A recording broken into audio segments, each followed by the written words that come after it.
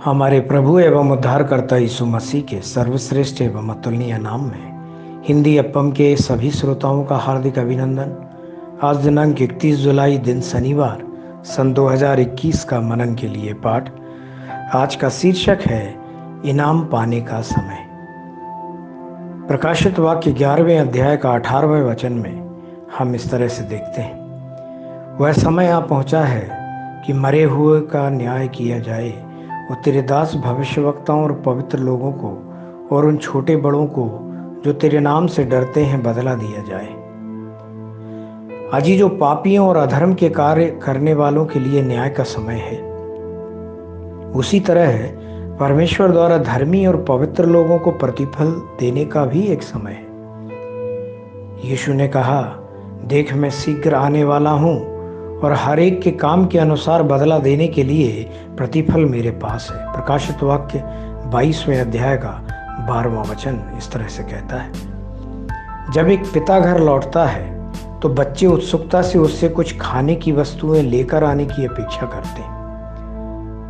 उसी तरह जब माँ सब्जी की दुकान से वापस आती है तो बच्चे उत्सुकता से पूछते हैं कि उन्होंने उनके लिए क्या खरीदा है।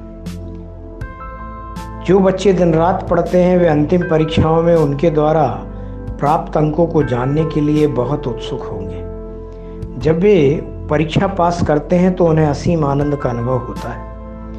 वह कितना आशीष का समय होगा यदि वे जान लें कि उन्होंने प्रथम श्रेणी के अंक प्राप्त किए।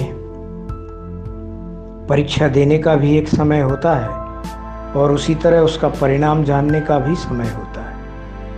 परमेश्वर के लिए कड़ी मेहनत करने का समय है और निश्चित रूप से परमेश्वर के हाथों से लाभ प्राप्त करने का भी समय है। परमेश्वर के पास अपने आगमन के दौरान अपने बच्चों को देने के लिए कई उपहार हैं। उन सभी के लिए जिनके नाम जीवन की पुस्तक में स्थान पाते हैं, वे जीवन के मुकुट और महिमा के मुकुट जैसे उपहार प्राप्त करते हैं। जब आप अनंत काल में प्रवेश करते हैं तो परमेश्वर आपको वह आवास दिखाएंगे जिसे उन्होंने आपके लिए तैयार किया है और कहेंगे, मेरे बेटे मेरे बेटी, मैंने तुम्हारे लिए एक निवास स्थान तैयार किया है। इस महिमा के स्थान को देखो जिसे मैंने तुम्हारे लिए बनाया है ताकि तुम भी मेरे साथ रह सको। ओह, वह समय कितना आनंदमय होगा।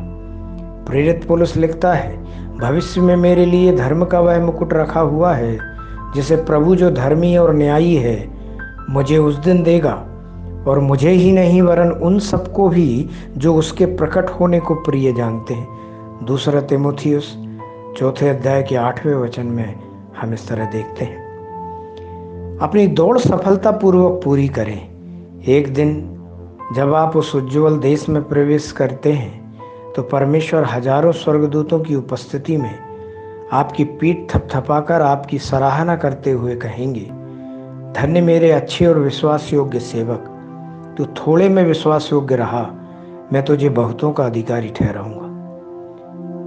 जब आप मसीह के द्वारा प्राप्त प्रशंसा और वह उपहार जो वह आपको देंगे उसकी कल्पना करते हैं तो आप महसूस करेंगे कि परमेश्वर के लिए आपने पृथ्वी पर जितने कष्टों का अनुभव किया वह बहुत ही सहज और साधारण है। ध्यान करने के लिए आज हमने 2 वचनों को लिया है। पहला नीति वचन 11वें अध्याय का 18वां वचन, जहाँ इस तरह लिखा है, जो धर्म का बीज बोता उसको निश्चय फल मिलता है। अगला पहला कुरिन्थियों 3 अध्याय का 8वां वचन, जहाँ इस तरह से लिखा है, हर एक व्यक्ति अपने ही परिश्रम के अनुसार अपनी ही मजदूरी पाएगा। परमेश्वर के इन वचनों को सुनकर, पढ़कर, मनन करके इनके अनुसार अपने जीवन को जीने पर परमेश्वर आपको आपके जीवन में, आपकी सारी बातों में बहुतायत से आशीष देवे। आमीन।